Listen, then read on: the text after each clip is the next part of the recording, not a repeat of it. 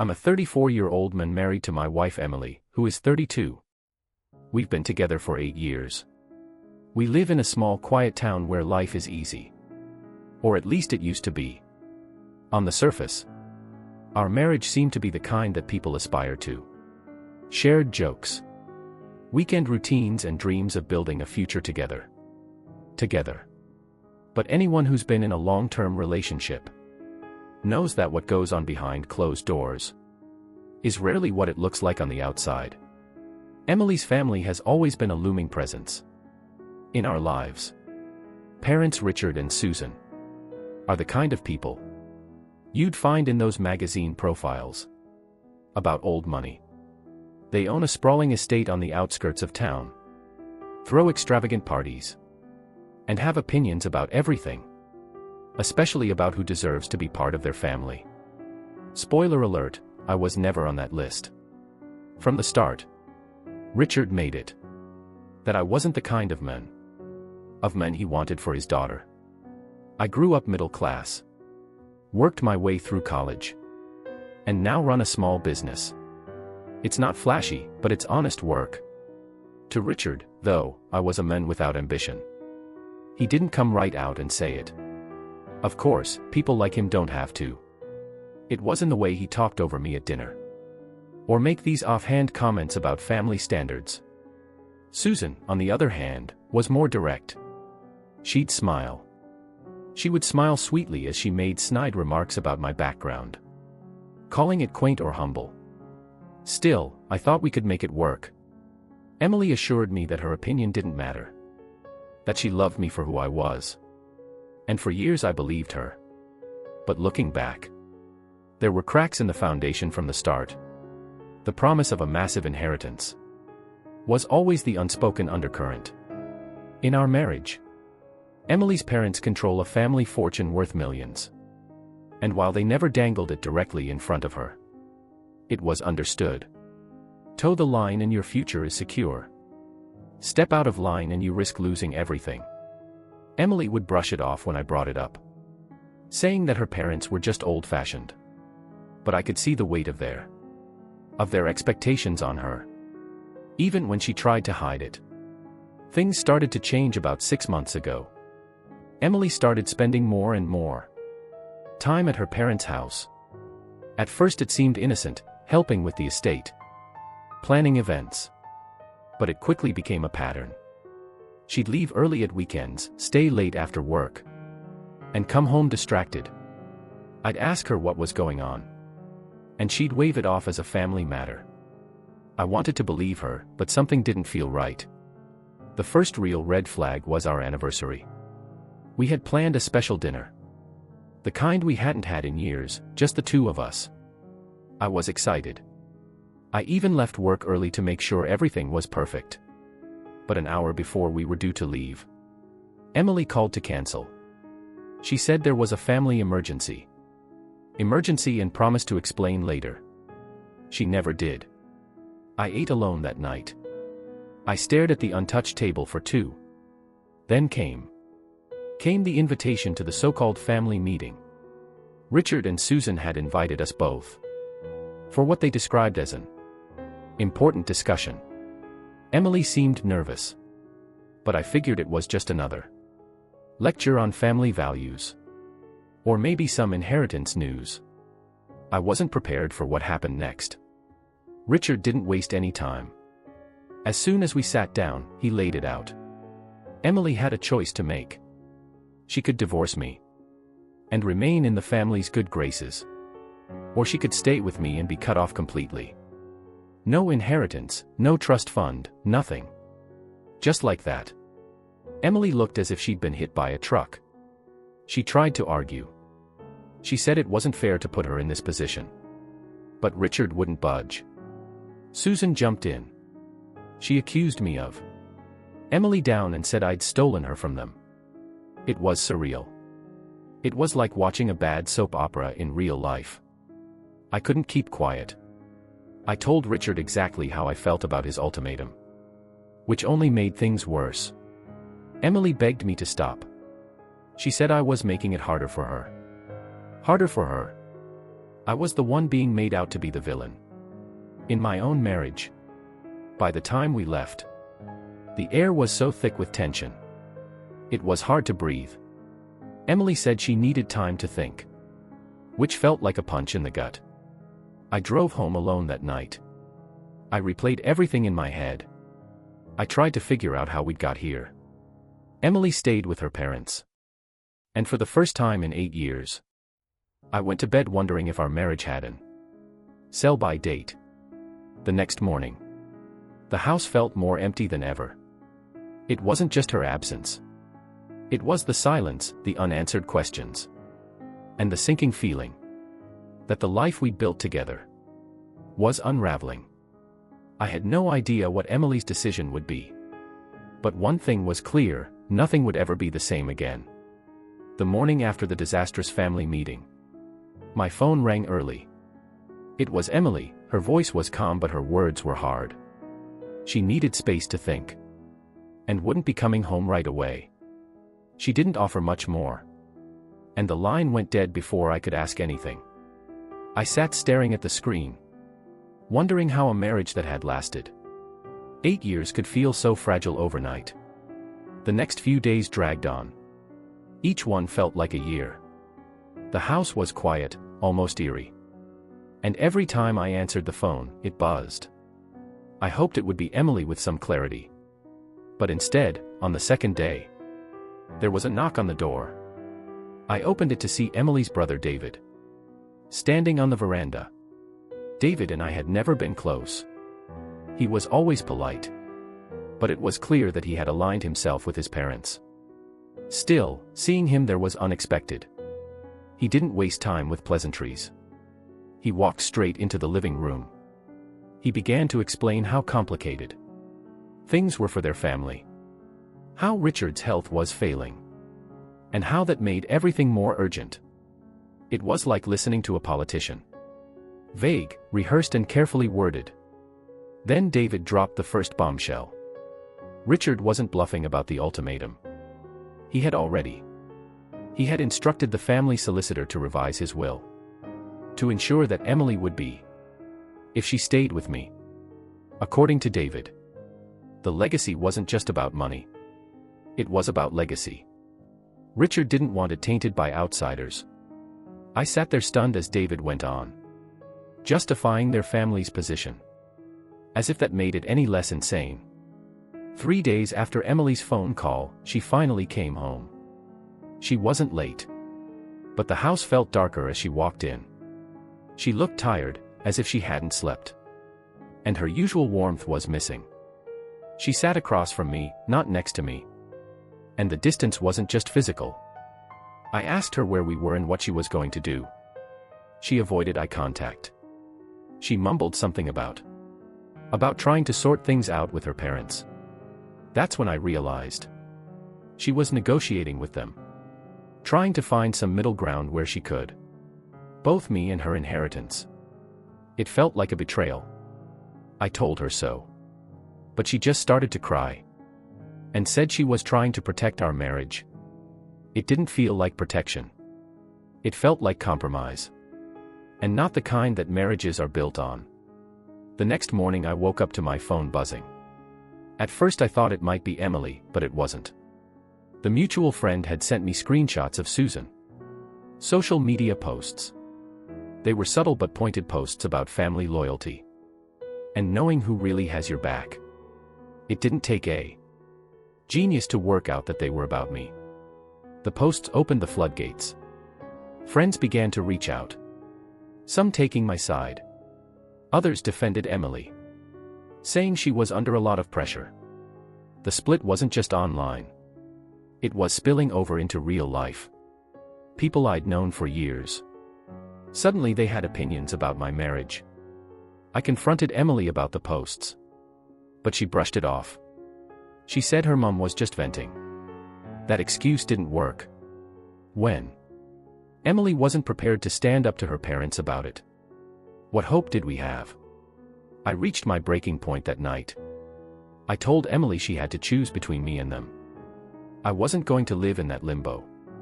Wondering every day wondering if my marriage was about to collapse. Under the control of her parents. Emily didn't shout or argue. She just said she needed more time and went upstairs. The next morning she was gone. She'd left early, probably back to her parents' house. On the kitchen table, I found an envelope with my name on it.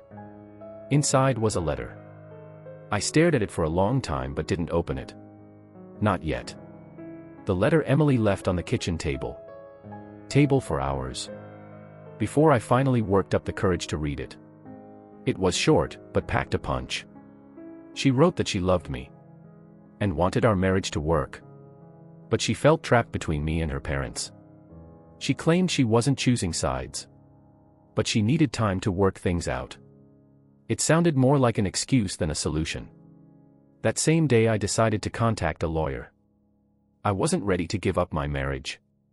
But I had to protect myself. With everything Emily's family was capable of. I had to prepare for the worst. During our meeting, the lawyer asked if I'd noticed any unusual financial activity. I hadn't, but the question stayed with me. A week later, the lawyer rang back with disturbing news. Emily had opened a bank account in her own name. A separate one that I didn't know about. I didn't want to jump to conclusions, but it didn't look good. Especially considering everything that was going on.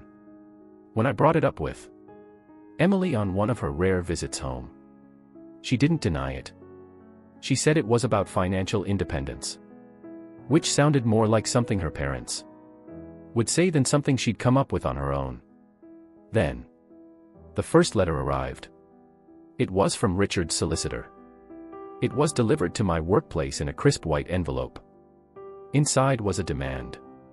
I was to agree to a formal separation. Or face possible legal action. The wording was vague, but the message was clear. Richard wasn't going to stop until I was out of the picture. As if that wasn't enough, I heard from a friend that Richard and Susan had thrown a huge party at their estate and everyone in their social circle was there. Except me. My friend, who had been invited as a +1, overheard Susan making a pointed comment about getting rid of gold diggers. She didn't mention me by name. But the implication was clear. Word spread quickly. And it wasn't long before my absence became the subject of small-town gossip. Emily returned home the day after the party. She didn't look like someone who'd spent the night out. She apologized for the party. She said she had no say in the guest list. But then she defended her parents. She claimed they were just old-fashioned. The conversation ended with her admitting something that felt like a gut punch. Her parents had promised her a substantial inheritance if she divorced me. She tried to play it down. But there was no way to gloss over what it meant. That was the last straw. I told her we needed to separate, at least temporarily. The trust wasn't just strained, it was gone. Emily didn't argue with me about it. Instead, she packed a bag and went to her parents' house. She said she needed clarity. A few days later, Richard turned up at my place of work. I don't know how he found me. But there he was. He walked through the door like he owned the place. He made it clear that he wasn't there to talk. His message was, if I didn't make things easy for Emily, he would make sure that my reputation and my business would be destroyed. It wasn't a threat, it was a promise. Not long after that, I received a surprise call from Emily's sister, Claire. Claire had always been the quiet one in the family. She kept her distance from their drama. She said she wanted to help and had something I needed to see. We met in a coffee shop on the outskirts of town, where she handed me a folder of printed emails. They were between Richard and Susan. They were discussing how to force Emily to leave me. One email even mentioned setting up a secret bank account for her. Armed with this information, I confronted Emily. She denied any knowledge of the emails. She insisted that her parents must have acted on their own. But at this point I wasn't sure what to believe. The evidence was damning. And even if she hadn't written the emails, Her actions had fitted too neatly into their plans. Before she left, Emily told me she needed more time. Time to think. She packed up more of her things and moved back to her parents' house. She said she was doing it for clarity. The house felt even emptier afterwards. And for the first time, I began to wonder if she'd ever come back. Claire kept in touch, though. She hinted that there was more to Richard's plans than I knew. But she needed time to gather the evidence. This conversation ended with her cryptic warning. This isn't just about money. The chapter was never closed with Emily gone. Claire dug deeper. And Richard's threats hanging over my head. At that point, the marriage wasn't just strained. It was hanging by a thread. Update 3, Claire came through with more information. And it was bigger than anything I'd expected. She explained that Emily's trust fund wasn't as accessible as we thought. Richard had complete control over it. And that any withdrawal required his approval. This meant Emily was financially dependent on her parents. All the time, even for the smallest of expenses. It made sense that she couldn't just walk away. They tied her to them in every possible way. While I was processing this, I logged onto our joint bank account and noticed something alarming. A significant amount of money was missing. It wasn't a mistake. It was a deliberate transfer. When I confronted Emily during one of her visits, she admitted that she had moved the money. Her explanation: she claimed that she had used the money to repay a loan, which her parents had given her before we were married. The timing was suspicious. But there was no guilt in her expression. It was as if her parents were pulling the strings. Once again, Claire didn't stop there. A few days later, she came forward with even more damning evidence. She'd found documents that proved Richard had bribed local officials to cover up shady business dealings. Shady business dealings. These weren't minor infractions. This was large-scale corruption. Claire believed that the family's obsession with appearances and loyalty tied to protecting Richard's reputation and avoiding scrutiny. In the midst of this, Richard issued another ultimatum. He told Emily she had a week to decide. Stay with me and lose everything. Or leave me and secure her inheritance. It was clear that he wasn't just playing games anymore. He was making good on his threats. Judging by Emily's silence, it was as if she'd already made her choice. The fallout spread beyond our home. The gossip in town picked up speed, fueled by Susan's social media posts and whispers. At local gatherings, people began to take sides, and more often than not, they took sides. I found myself on the losing side. Old acquaintances shunned me. Friends grew distant. And even my business saw a noticeable drop in customers. I couldn't go anywhere without feeling the weight of the community's judgment. Then Claire went silent. She had been my only reliable ally. But suddenly she stopped answering my calls and texts. It wasn't like her to disappear without explanation. I later heard through mutual contacts that she had had a heated argument with Richard at a family gathering. And shortly afterwards, she disappeared. Her absence felt like another victory for Richard. Another layer of control he'd reasserted. Just when I thought things couldn't get any worse, Emily turned up at the house unexpectedly. Crying, invisible, shaken. She said she didn't know what to do. And for the first time she really seemed lost.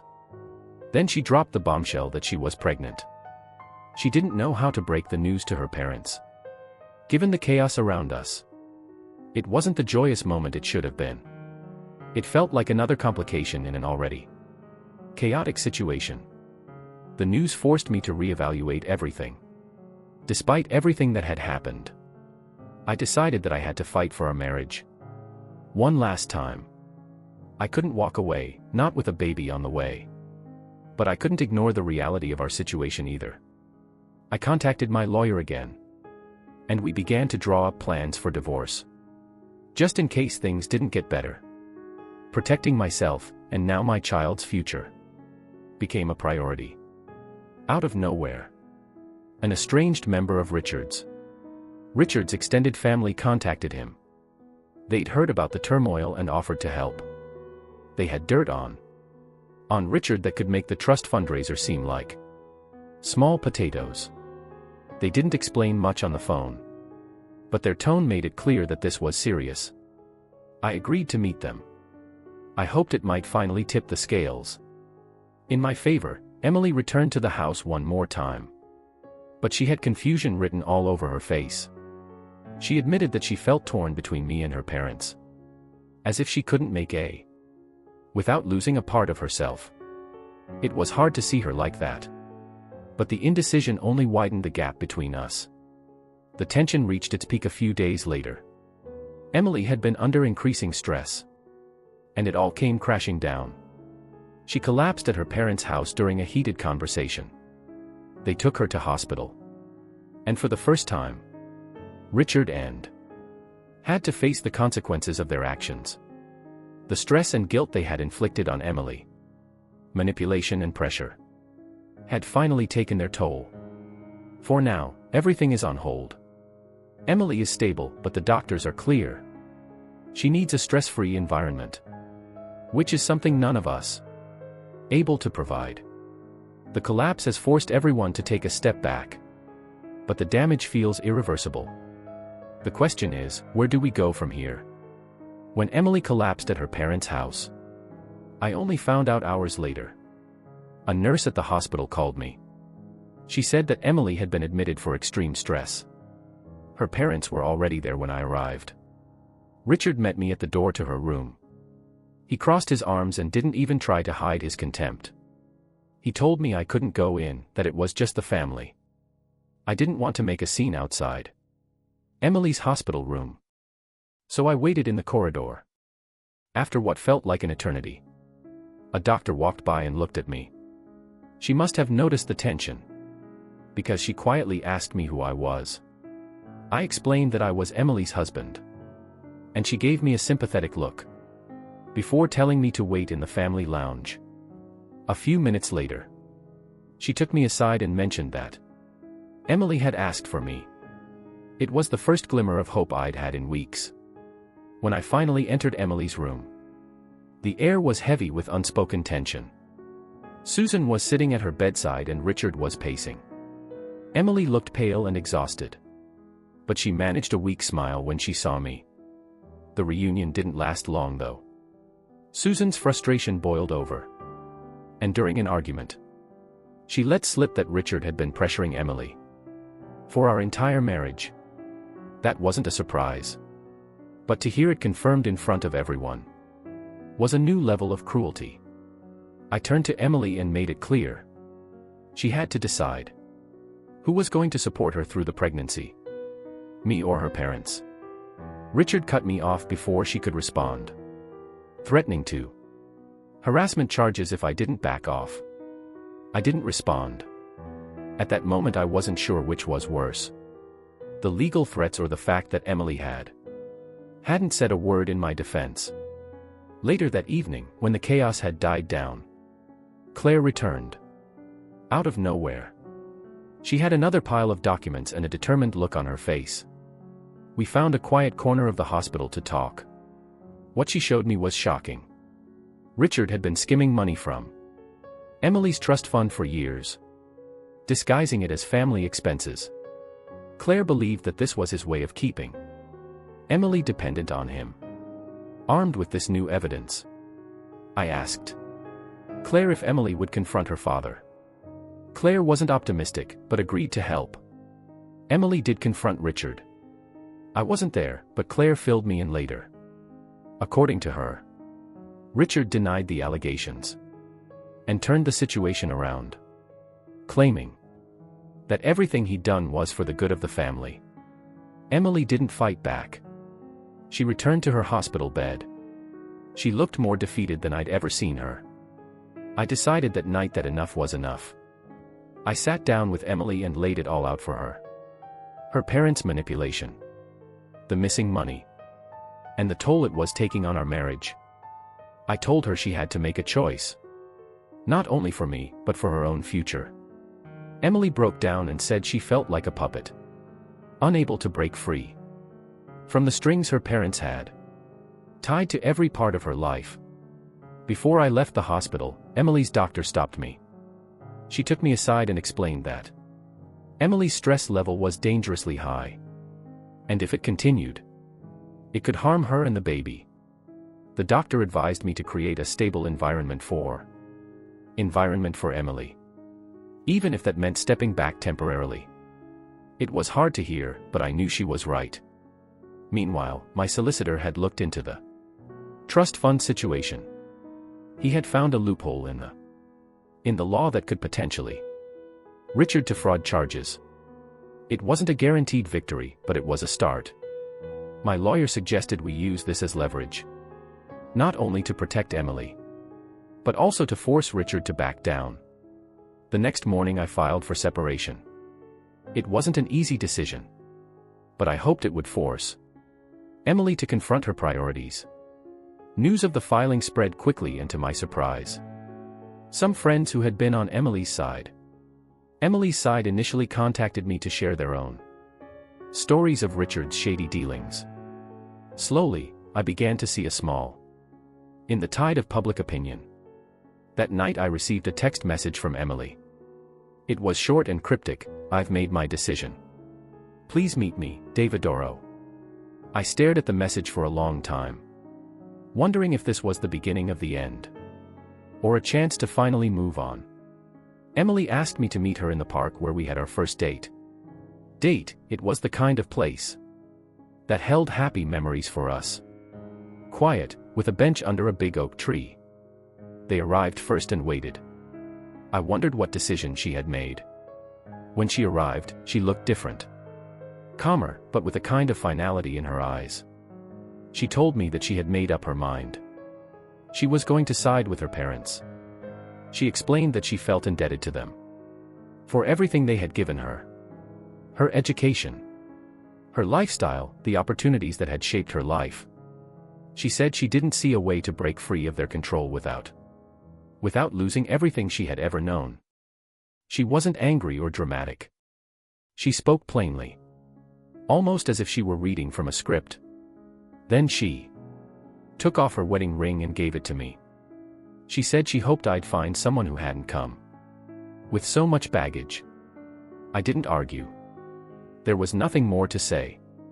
But as Emily turned to leave, Claire appeared out of nowhere and stepped in front of her.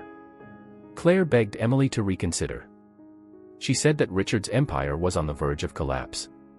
Claire had found more evidence. Accounts that had been frozen, deals that had fallen through, and whispers of an impending investigation. Emily froze, but didn't turn back. That meeting was the breaking point for me. I realized I couldn't fight both Emily and her parents. The love I once had for her was buried under layers of manipulation and suspicion. The next day I contacted my solicitor and started the divorce proceedings. A week later, the news broke. Richard was being investigated for fraud. Claire had leaked the evidence she'd gathered to the authorities. And it didn't take long for the fallout to begin. Richard's name, once synonymous with power and wealth in our small town, became the subject of scandal.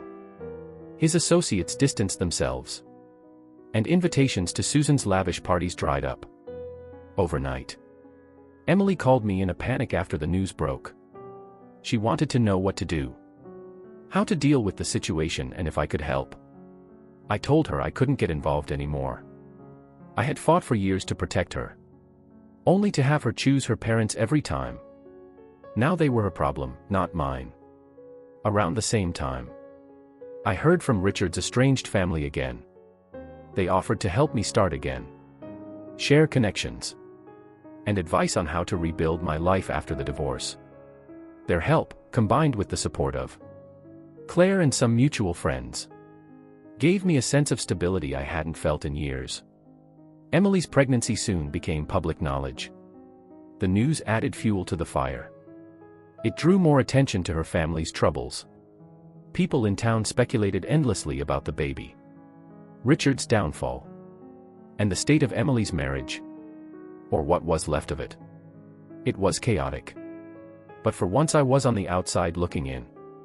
When the divorce was finalized, I felt ready to move on. I packed up my things. I sold the house and moved to a new town. I found a new job. One that didn't come with the shadow of my past hanging over me. Slowly but surely I began to rebuild. Months later, Emily contacted me again. This time she didn't call in a panic or ask for help. She just said she wished she'd made different choices. I listened, but didn't dwell on her words.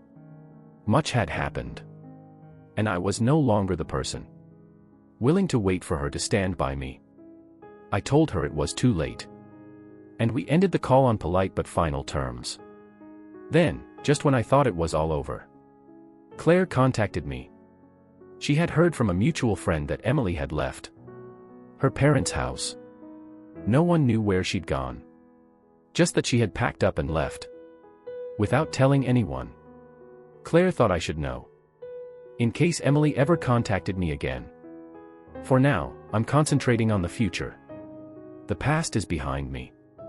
But with Emily gone and Richard's empire in ruins, it feels like there's still a loose thread waiting to be pulled.